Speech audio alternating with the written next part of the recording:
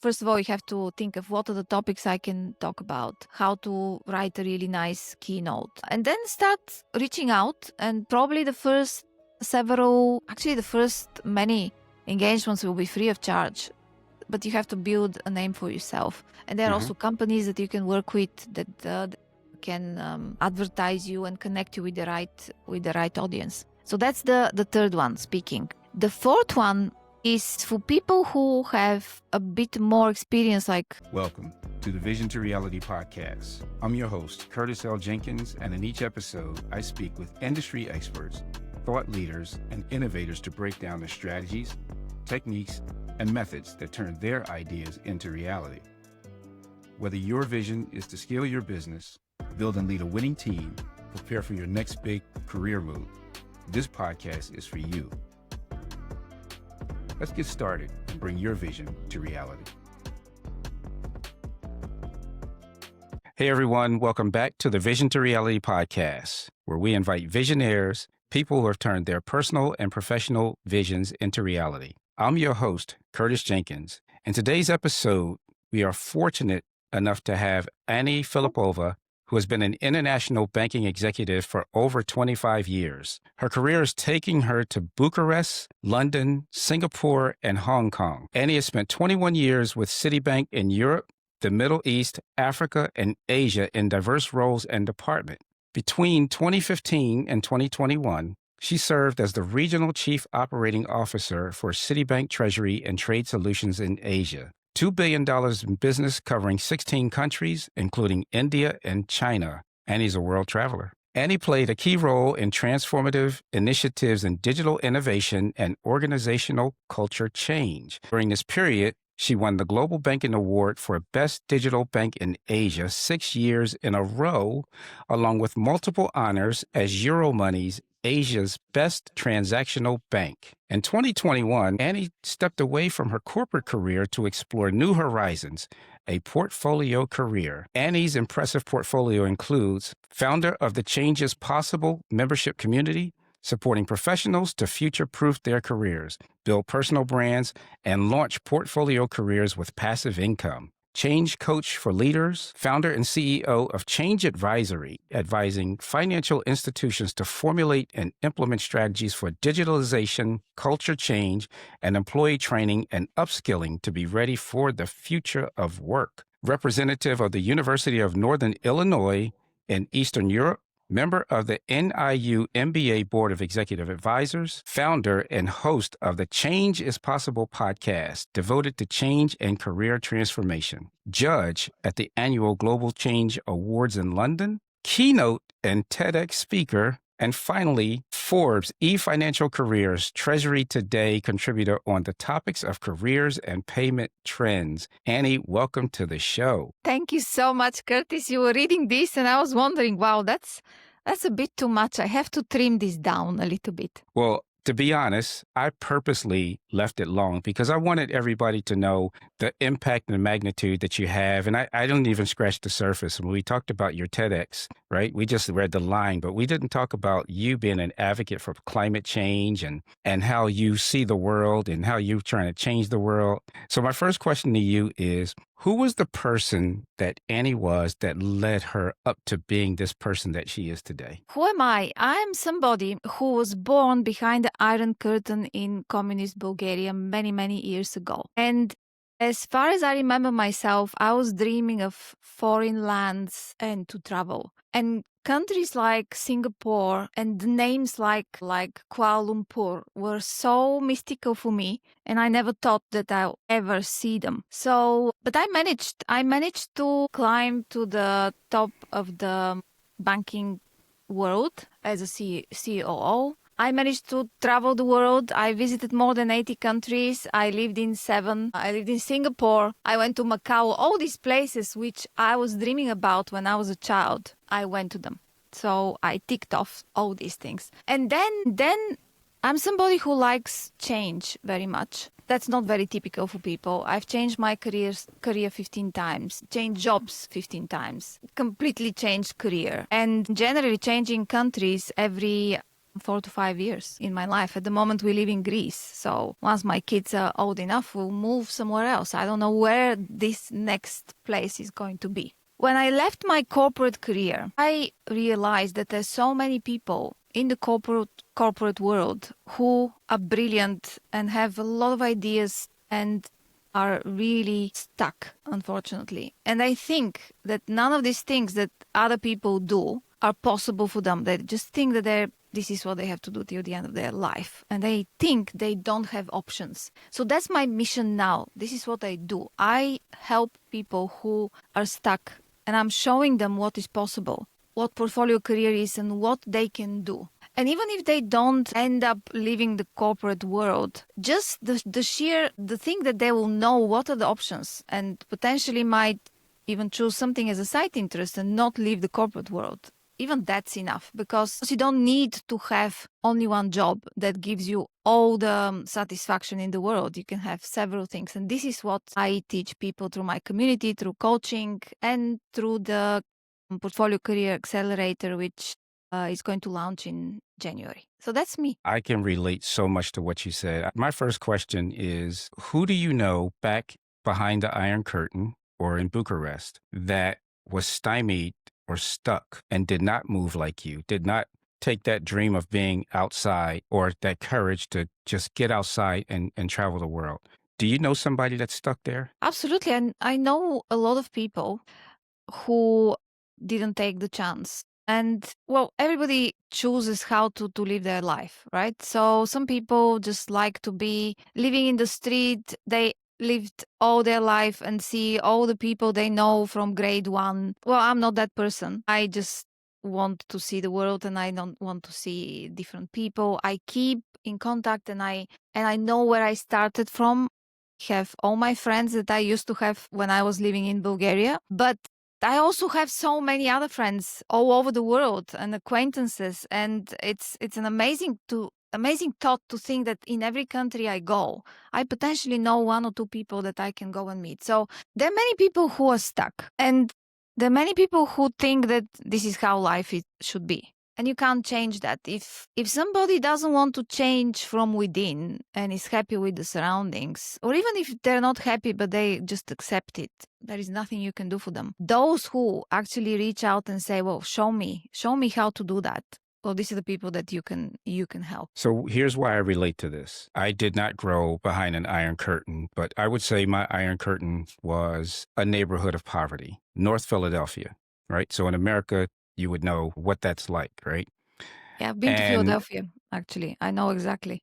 Exactly. So, and I know people that are stuck, and it's a shame, right? So if we all dream, but then we need courage. And what I want to know from you is, what gave you the courage and the audacity to get out and fulfill your dreams? Oh, that's a very good question. I don't know. It's just that I always maybe I'm very ambitious, and I just can't accept that I'm not going to travel, or I'm not going to be the person I'm dreaming of. So that's what drove me. Actually, travel, that desire to travel, as I said, it was since I was a child, right? And I remember reading books like Carlson, Who Lives on the Roof, or Pippi Longstocking. And I was thinking, this is what I want. I want to be like Pippi Longstocking, get on a ship and just go away. And that thing continuously, this dream was always in my mind. And I don't know why, because nobody in my family lives abroad or is a big traveler or anything like this. And I didn't know anyone who actually traveled. So I was born like this, I guess, or maybe from all the books that I was reading. But many other people read books and they were not like me. So I just wanted to do that. And the moment I finished university, I was thinking, okay, so if I want to travel, what do I have to do, right? I must do something. I have to go to a company. I have to start working in a company which is international, because I thought international companies, offices all over the world, I will have the chance, I'll be really good, and I'll have the chance to at one point leave and go and work somewhere else. After university, applied. It was when I finished university, it was the moment when Bulgaria abolished communism and was started to open the economy. And there were many foreign companies came to Bulgaria, McDonald's, Shell, Nestle, all the big ones that you know. And I applied to all of them because I studied finance in the economic university in Bulgaria. And I said to myself, well, they will need somebody like me. So I applied to all of them and they all said no. Absolutely all of them said no. I was totally crushed because I mean the dream was, you know, when you just really, really want something to happen and then this thing is not happening and there is absolutely no chance that it is going to happen now. And you have to swallow this and find a job because I come from a working class family. I had to work to sustain myself. So I was just sitting on a bench. I remember after the last letter, I received the last letter, and I was thinking, now I have to do something. And at that point of time, we used to find jobs in newspapers. I guess you remember I this remember. time. Yes, So I you do. have the newspaper and you just underscore which are the ones that are suitable for you. And I remember I saw a banking job and I was thinking, well, I specialized in finance and banking. So I said, well, maybe I should work in a bank. And then I went to the interviews. I had like 3 or 4 interviews and they took me. They took me, completely inexperienced person. It was a Bulgarian bank. But I said to myself, well, that's it. I don't have other choice. I'm going to start in this Bulgarian bank and I'm just going to learn as much as I can. And that's what I did. For the first year and a half, 2 years, I was whatever they would give me, I would take. But this thing about, okay, I want to travel, that I have to do something, that was always in the back of my mind. And the moment I started banking, right? So let me continue in banking, I was thinking.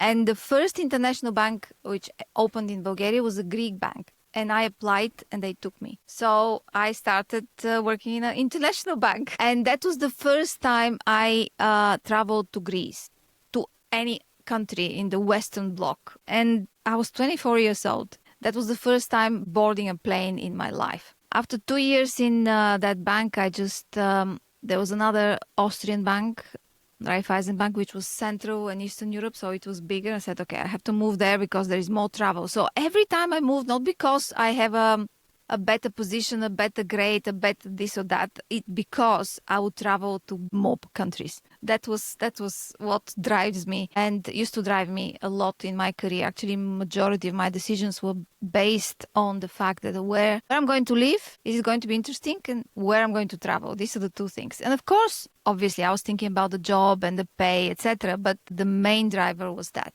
And then city came and then it opened a huge opportunity in front of me. And I just wanted to be the part of that group of people that have international careers and from one to another, and this desire to change. That's how life happened for me for 25, 27 years. And it continues. I am still interested in travel, but not as much as before. I mean, I've been to so many places. And when you go to so many places, you just see that people are absolutely the same everywhere. They just want to live in peace, have a decent job, look after their family, be healthy. That's all that people want everywhere. Yeah. Yeah. It's very eye-opening. I agree. It is. You and I have a very similar journey in wanting to travel, get out in North Philadelphia, finding out that people are people and we all want the same things. And so now I just want to taste the different foods and the different spices. Yeah, exactly. Exactly. That's exactly what it is. Exactly what it is. So a lot of what you just talked about, there's 2 words that came into mind, and we'll get more into the second word. The first one is courage, right? And so and the second word is change. When you work with yourself, where'd you get the courage to change? And then second, how do you help others with crossing that chasm of where they are to changing, and that's changing their careers or just making that change or making a decision and doing it? What do you do to help people with that? Okay. So the first question was where I get the courage, right? Yes.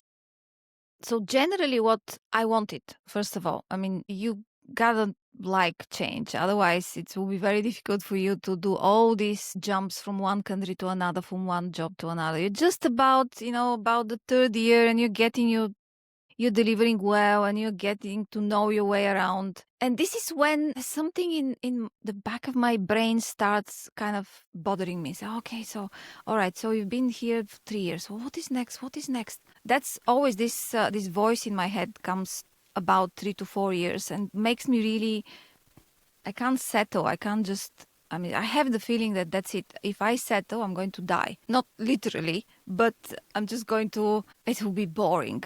And that's my temperament as a person.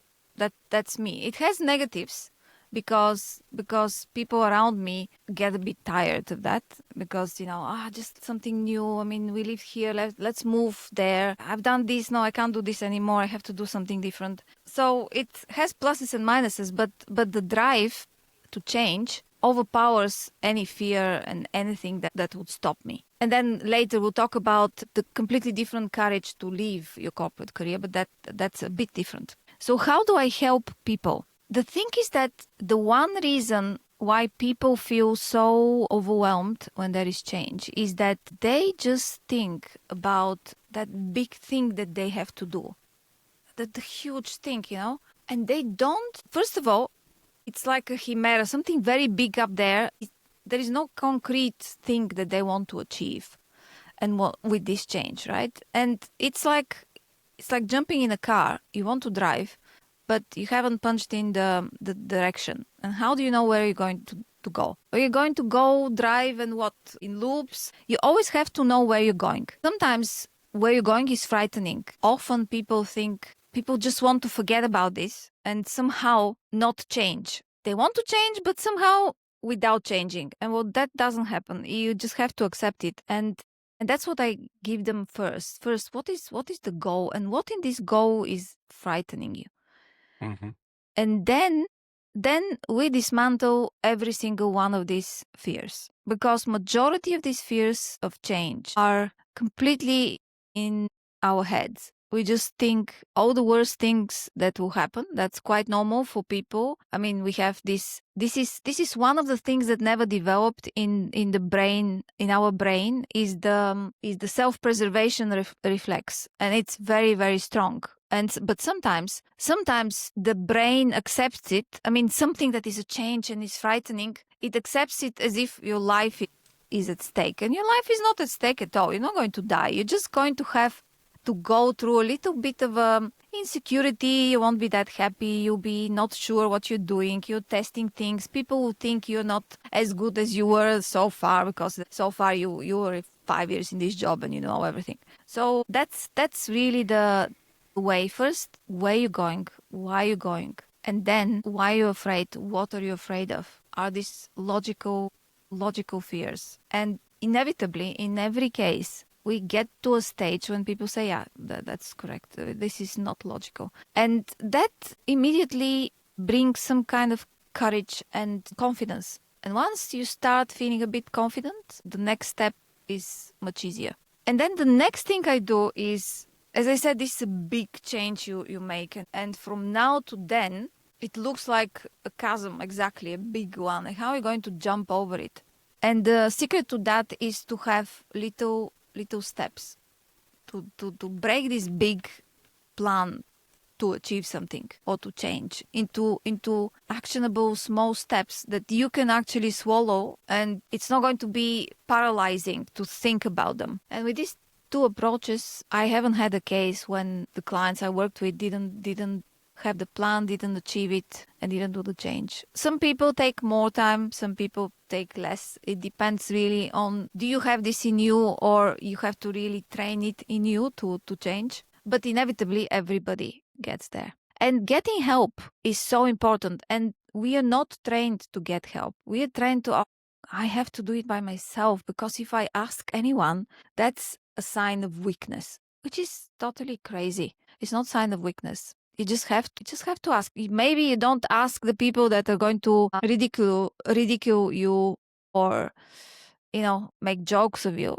You just have to ask the right people. And then the change or anything you want to achieve becomes that much easier. And you just gave another example of courage, right? Just asking and like you said, make the decision to get rid of people that aren't in your corner or helping you get to where you want to be. Yeah.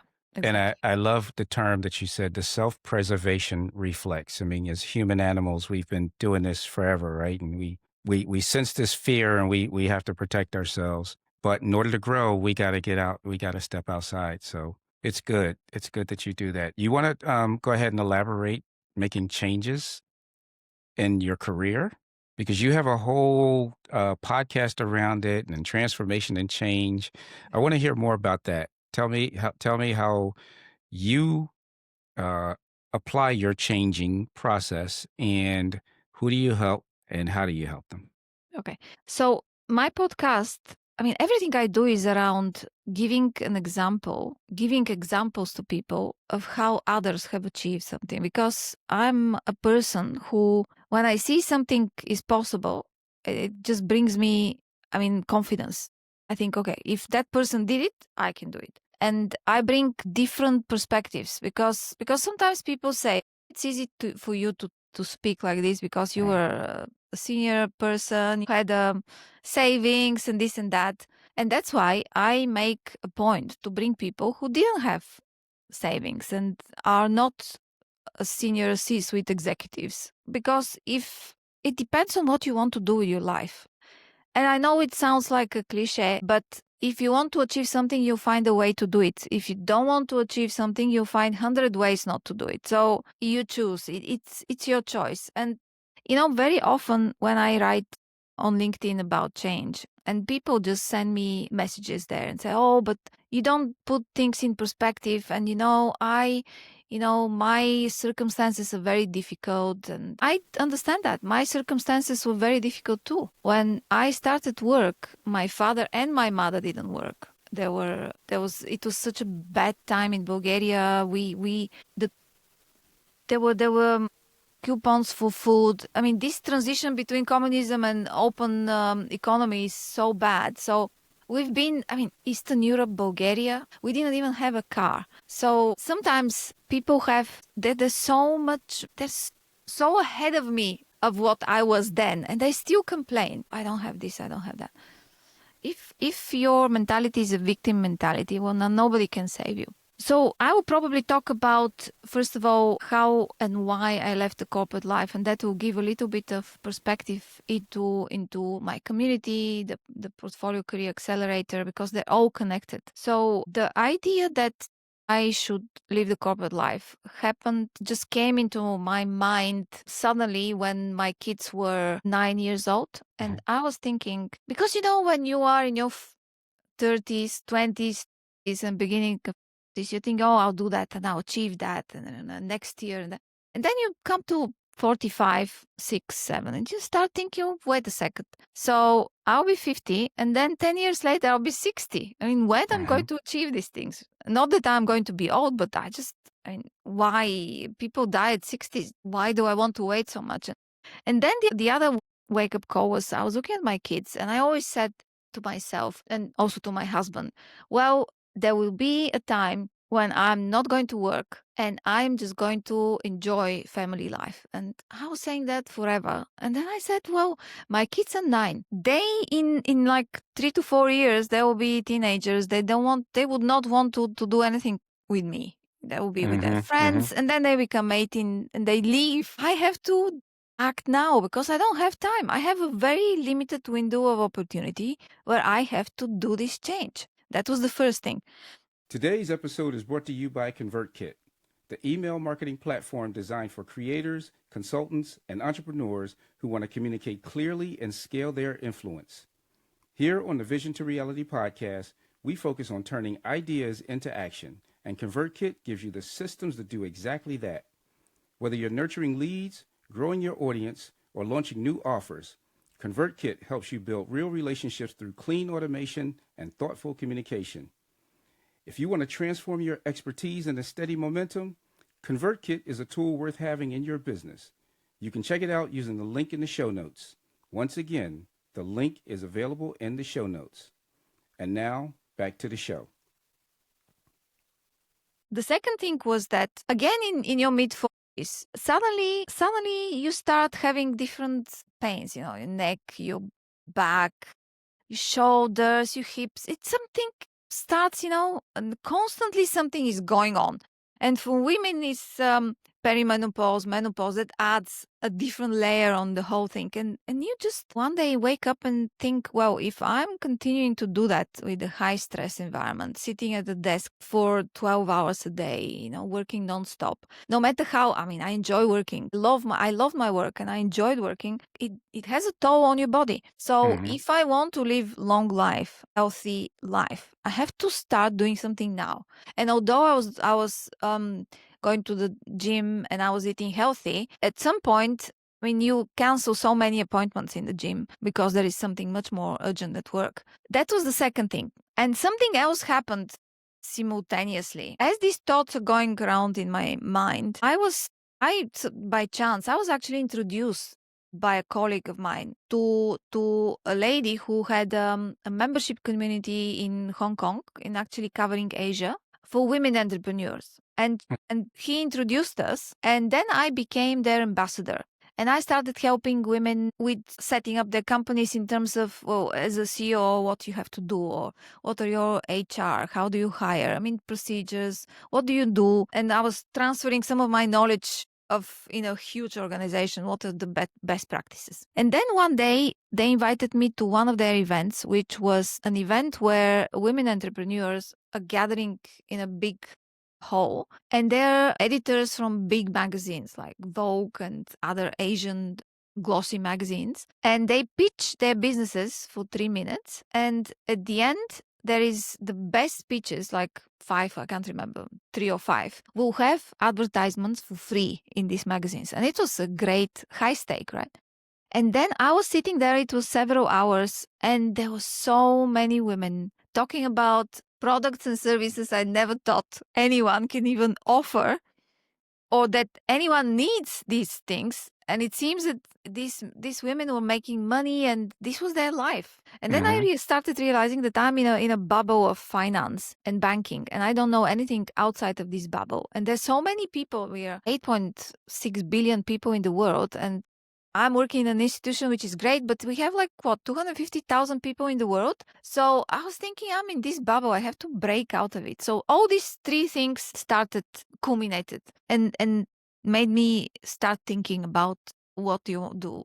Most difficult part of this was the idea of me not being this executive, powerful person and becoming just Ani Filipova. Who is Ani Filipova? Nobody knew. So that took me a lot of time, because changing such a dramatic change has 2 aspects, right? You have to be prepared financially, you have to have a plan, etc. This is the one part. But the other part is equally important, even not more important, is to get accustomed with the idea of what you're going to be after that, and live with this idea and with this new status you have. And that's half of the job when I work with people, because there's so many doubts when you do such a big transformation. And my approach is always what is the worst that can happen? And I go through the worst scenario and I'm just thinking, can I live with this? And even if I can't live with this now, when I think about this, ask questions, talk with people, I come to a conclusion that actually tells me, okay, I can live with that. So when I started talking to people, I'm going to leave and I'm thinking to leave, and they give you some, oh, don't do this because X, or don't do that because Y. And at certain point, this X and Y started getting repeated. So I said, okay, these are my issues that people think I will have. And I started dismantling them and thinking, okay, so is this an issue really or not? And then one by one, I dismantled them. And at the end of this process, I was ready. I was ready to think about the practical elements and aspects of move. So one of the things I didn't do well was that I was thinking about, okay, financials, where are we going to live, the family, how everything is going to be. But I didn't think of what I'm going to do. Or I had an idea of 2 things I wanted to do, but I didn't test it. I did nothing before that because I thought, oh, I'm so busy. I can't devote any time to that, which was not correct. I mean, looking back, I could have done it better, and I could have started, coaching early, or lecturing, or create even digital training, or even start a podcast, start my personal brand. because I could have been now 200,000 followers, because, when you're in city, you can create that much easier a following. So I left without, I left with ideas, but nothing else. No test, no nothing. And after I left, these two things didn't seem any more viable or interesting, because when you go out of the corporate world, you just see completely different life. And what were your constraints and way of thinking before has nothing to do with what your environment is after that. And in the environment after that, you start talking to entrepreneurs, other people who've done it, and you just start getting very completely different ideas. So the first thing I did was, okay, I have to create my personal brand. And that's the first thing. And that's why in portfolio careers, I have identified 5 principles of portfolio careers so you can be successful. The first principle is build your personal brand. And regardless what you're going to do, stay in wherever you're working, move, find another job, leave completely, start your business, no matter what you do, you have to build your personal brand, because we live in a digital world. And what is the best way for people to know you? Being online. Imagine in an office, you work with 10 people, 15. Okay, let's say 50, right? And 50 people probably know you. But is there only 50 people in your organization? Nobody outside knows you. And if something happens, how are you going to react? How are you going to find another job? It will be so difficult. You will start from the beginning.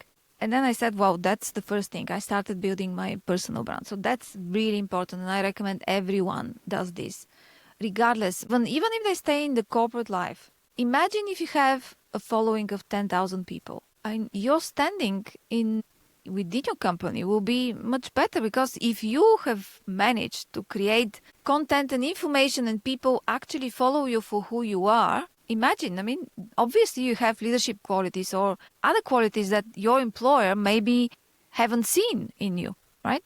And imagine there is a layoff. It will be that much easier to find a job. I have a friend of mine who was also, we were building together on LinkedIn, our personal brands, and he was laid off. He found a job in 3 weeks, and he had multiple offers because he sent messages to everybody, and we all reposted, and imagine the spread, and he, instead of spending months and months applying for jobs and not finding anything, he was able to immediately find. So that's the first principle. Hey, I just wanted to take a quick break to say thank you for tuning into the Vision to Reality podcast. If you're enjoying the show, be sure to hit subscribe so you never miss an episode. And if you're ready to level up your business or career, I've got some great resources for you. To turn your business vision into reality, my book, Vision to Reality, Start Working, Start Living, is available now and filled with strategies to help you bring your goals to life. Plus, the companion Vision to Reality digital workbook is the perfect tool to guide you step by step through the process. You can grab both at curtisljenkins.com. And if you're preparing for your next job search, check out my book, The Only Job Search Book You Will Ever Need. This book uses proven marketing strategies that have been used for over 60 years to help you rise above competition to land your dream job. You can grab your copy at curtisljenkins.com. And I have great news. This book will be updated with a new version that includes recent impacts on the job search process, such as remote work, AI, government policy changes, and much more. Thanks again for listening. Now let's get back to the conversation. And the Hey, second before you get principle- to the second one, Yeah. can you give me some tips on how to build a personal brand? Just How? a few quick hitters. Yes. Okay. So when you are building personal brand, first of all, you have to choose what is it where you want to build, right? What you want to do. If the best professional network is LinkedIn. Okay. Substack is also becoming a very, very good professional network. Others are TikTok, if you're interested in videos, and you can actually record videos, and that's something that you like. Or Facebook or Instagram. And Instagram is more visual, lifestyle, cooking, photographs, etc. Although I'm not saying finance matters cannot be done there. So you have to choose which is the network. So that sounds like a platform. Yeah, platform, yes. One of the Okay, social okay. media platforms, because there are 4.2 billion social media users in the world. So if you're not on one of these, look at the opportunity you're missing, right? And compared to before, to have a company before, you had to have an office, hire people, create brochures, paper brochures, people were calling, going knocking on doors. That was, or you would go to conferences twice a year and you meet people. And that's how you find clients. Today, you can have your company, and I'm not talking startup, I'm talking lifestyle, one person entrepreneur, right? You need a computer, internet access, and social media account, and start building a brand and start selling. That's it. Got it. Right. And as part of the brand, let me just ask this question. So first I choose a platform. Then I choose a social media platform. Is my second platform what it is, who I am and what I do? Yep. Okay. Okay. So then you start thinking, okay, what I'm going to talk about, what is it that I want to share? And that has to be obviously related, linked to whatever you want to sell, right? So if you're a coach and you're coaching people to transition from VP to, I mean, in Europe is from VP to director and then to MD, right? All right, okay, let's jump from director to MD, and you're coaching people in that. So you have to, first of all, identify who are these people that you're going to, who is your audience or your ideal customer, and ideal customer profile, ICP. Maybe you can hear that as ICP. A lot of people say it that way. But you have to go very much into details. I mean, so these are what, men and women, or only men or only women who are at the director position? Where are they, in which industries? Is it every industry, or is it particular? Is it only tech, finance? Are they based in, where are they based? All over the world, or you want to focus on Europe, you want to focus on America, Asia, whatever, what it is, on the three of them? Are they, depending on, you need to have somebody who can pay for coaching. So you have to look at countries which are more people can afford to pay good fees. And that's how you form your ICP. And then you start thinking, what are your ICP problems? What do they face? I mean, if you coach women, what are the problems of women who want to become from director and MD? What are, and then you have to do, thankfully now we have AI and the prompts. You can put prompts, describe your ICP, and ask what are the issues of this group of clients, and then you get ideas, and it's much easier for you to define your target market. And once you know that and you know the problems, then you have to write about how to solve these problems. And if you, for instance, choose LinkedIn and you're coaching, you can choose several content pillars. So you're going to talk about, let's say, how to be more confident, how to speak better, or how to, what are the leadership principles that you need to know, and how to be a better leader. And these are the three content pillars. And in these content pillars, you start thinking, okay, so what is the subcategories of each? And you create many topics. And then depending on the platform, so for instance, on LinkedIn, at the moment, the type of posts that work very well are infographics, where you can present a whole framework of how to do something, how to step by steps, etc. You can have images, you can do carousels, because carousels also work very well. People like to save them and print them out and use them. So these are the steps, and then you have to start writing. And there are rules about, not rules, but there are best practices of how to write a post, when to post, how to comment, because it's not only posting, it's also commenting on other people's posts, so many other people see you, and this is how you grow your brand. These are the practical, some of the practical steps. Got it. So we got the brand. Yeah. That's step one. Step two. Step one, we have the brand. So now we have a brand, and if we want to monetize it, meaning that we sell we package our skills, right? My leadership skills, my organizational skills, my coaching skills, I package them and I want to sell them. But you have to have an offer, or you have to create a training, or you have to create a template which you can sell, or a workflow, or ebook, or create a accelerator or community or whatever. I mean, there's so many types of products you can have in the creators economy and the digital economy. And that's the second thing. You have to create something. Even if it is only coaching, you have to have an offer. And this offer has to have several tiers, right? One will be a free free kind of freebies, which actually you send to people. They get on your email list, and then your email list becomes where you find people, find your clients. Because if somebody joined your email list, they are not only followers, they actually want to see a bit more about what you're teaching. So it's very important to do that. You don't need to do many. You can start with one and then build. It's always good to start in one-to-one. Coaching is good because then you get all the, as you start coaching and talk to many people and coach many different people, there are certain questions and problems that keep repeating themselves. And this is where you can create a training.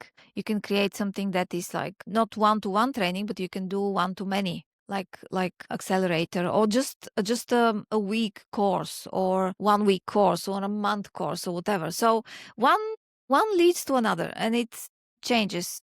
So that's how I started. I started with coaching. Then I got a lot of people problems. Then I opened my community, because in the community, it's very important is when you do all these things to have support. And that was one thing that was very difficult for me, because you go and have a coach, but the coach comes, you have 3 sessions of 6, and then that's it. You're on your own. And then questions come left, right, and center, and you have no clue. And then you start looking around and going to YouTube videos and whatnot, and it's really exhausting. So I said, well, I have to help people do that faster. So I have the community, membership community, where we have 2 sessions a week, and then people can help each other. And I jump in very often and help them with I teach portfolio career, how to build your brand, and I have master classes of people, invite people who have done something like what I've done, and then they share topics like how to niche down, how to sell, how to have a lead magnet, all the things that somebody who is building a business needs. So that's the second, build a product. And when I say build a product, this is not like creating an iPhone. It's not going to be complex, right? It can be really simple products. I know people who actually make money because they create carousel templates in Canva and they sell the templates, because there's so many people on LinkedIn who want to create really nice images, but they have not the time or the skills. So they buy these things. And it's a simple thing, and it would never even cross my mind, but people make money with that. Once you have a brand and you have a product, this for me are the most mandatory ones. Then you can branch into speaking. And because speaking is different way the clients and the followers hear from you. Speaking like here in a podcast, or speaking on a stage. So it starts slowly, but you get first of all, you have to think of what are the topics I can talk about, how to write a really nice keynote, and then start reaching out. And probably the first many engagements will be free of charge, but you have to build a name for yourself. And there are also companies that you can work with that can advertise you and connect you with the right audience. So that's the third one, speaking. The fourth one is for people who have a bit more experience, like 10 to 15 years in a certain field, or they're heads of marketing or big departments, or they're even C-suite executives. And this is becoming an advisor, and it can be advisor in a small and medium-sized companies or startups who cannot afford somebody like you and pay them a full salary for the full time. They can either get you as an advisor or a board member or fractional CEO, fractional CMO, fractional IT head, and that works a lot. And you can also some of the big consultancies also hire advisors, and some of the even big companies and small and medium size, they look for board members with specific knowledge. And this is where your brand and connections and network comes very, very handy. Because when you sell a product, you don't need to have real connections or, people in the right places, because you are selling to consumers. But when it comes to these high touch, very specialized fields, the price tag is much higher. And obviously it's not that easy to come across these. But if you have a strategy to do it, yeah, you can achieve it. I mean, I know people who the main income stream in their career is speaking.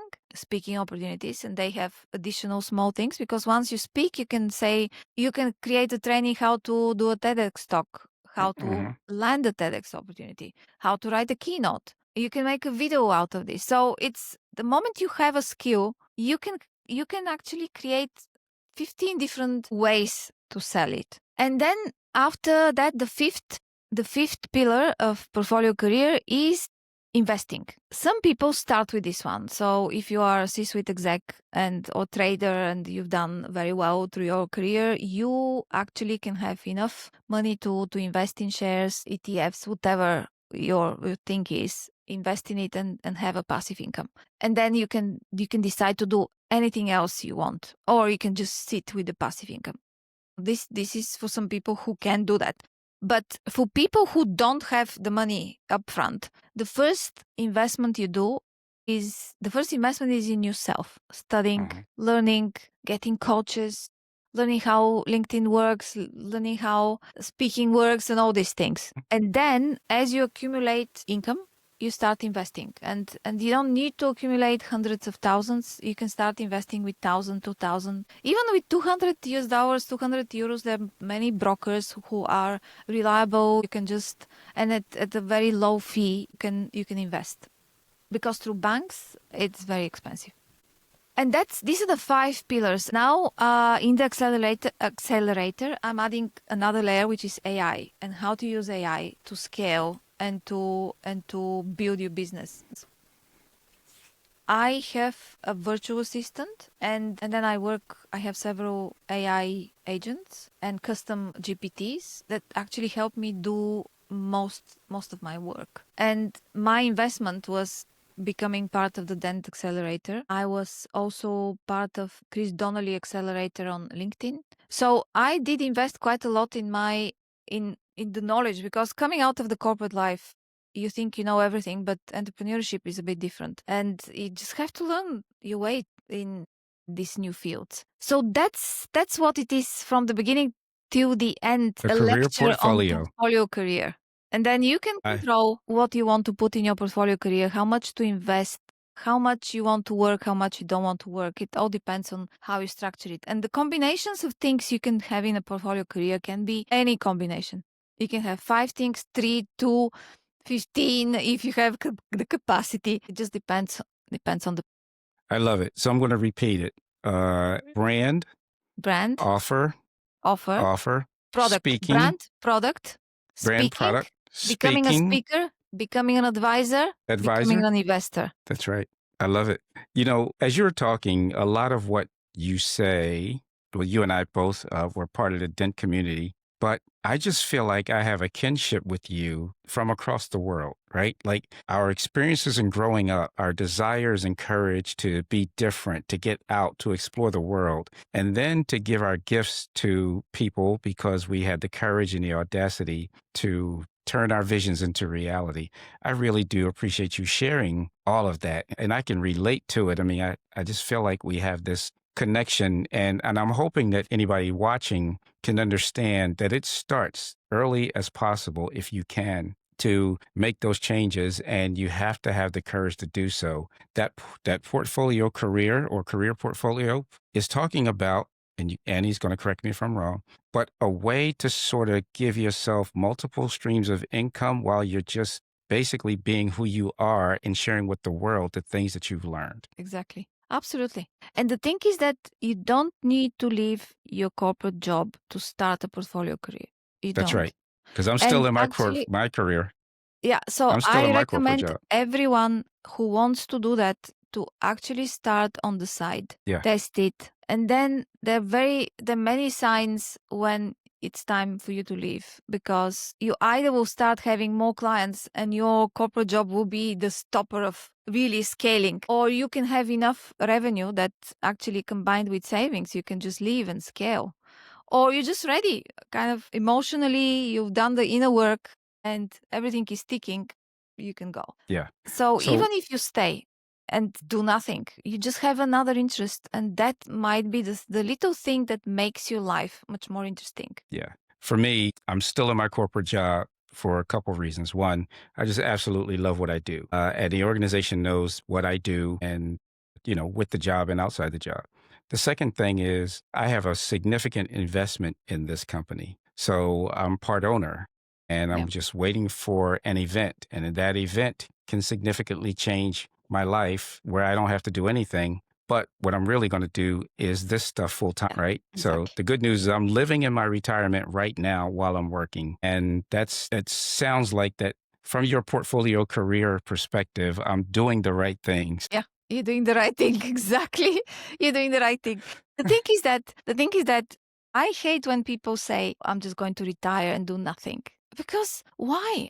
I think I think when people retire and do nothing, this is the most direct way to die early. And I'm That's right. sorry I'm so blunt, but that's a fact. Just why do that? I mean, as human beings, we were not designed to just be couch potatoes, watch TV, and do nothing, eat and sleep. No, No. we were designed to move, to do things, to explore the world with whatever abilities we have. And even if we have Yeah. no super circumstances, you can still enjoy life and work. I'm going to work till probably I die because I love the things I do. And maybe I'm not going to do 10 things, but I'll do one or two things, which for different ages as I age. Yeah. So I got three more questions to ask you. Okay. Okay.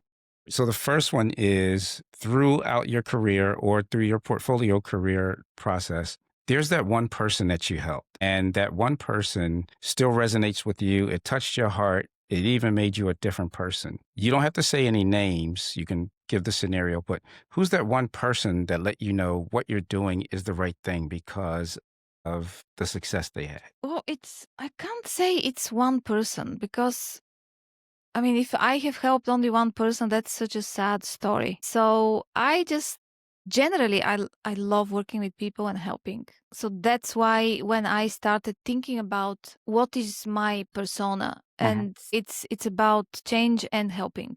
That's what came out. I mean, I did tests and this and that, but that's my personality. So I just love to to see people thrive. And Yeah. I just love when there is somebody who is neglected and everybody think, oh, this person doesn't know. Just don't touch this person. There's no future there. So I like doing my best to help them because there are no bad people. There are people, well, with some exceptions, obviously, but there are people who are not in the right place. There are people that are in a different spot in their life, and we are so busy and so much into the weeds that we don't notice, and then just brush off people like this and say, "Oh, forget it." So I like to do that as much as possible, but Got it. also equally, I when choose who to help because you have to choose who wants to be helped because there are people who just are victims and they just prefer, and you can try and help them and then at some point you see the efforts are futile. There are such people Yeah. too, and I've worked with them too, and but they didn't kill my desire to to help people. So it's not one person.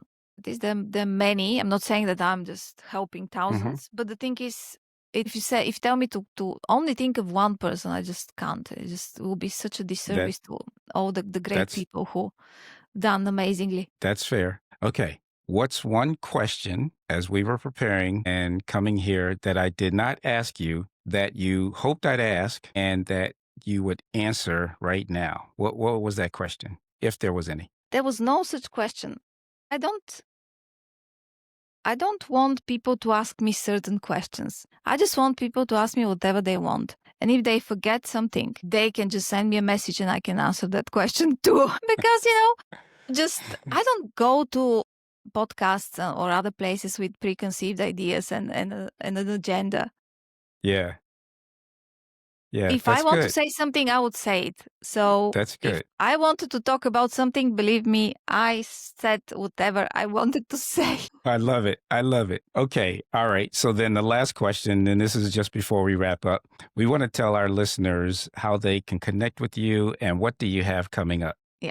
Great. So the first easiest way to connect with me is to connect with me on LinkedIn. They can find me by my name, Ani Filipova. My profile is all in green. Green is my color of my company and my shirt and my everything is green.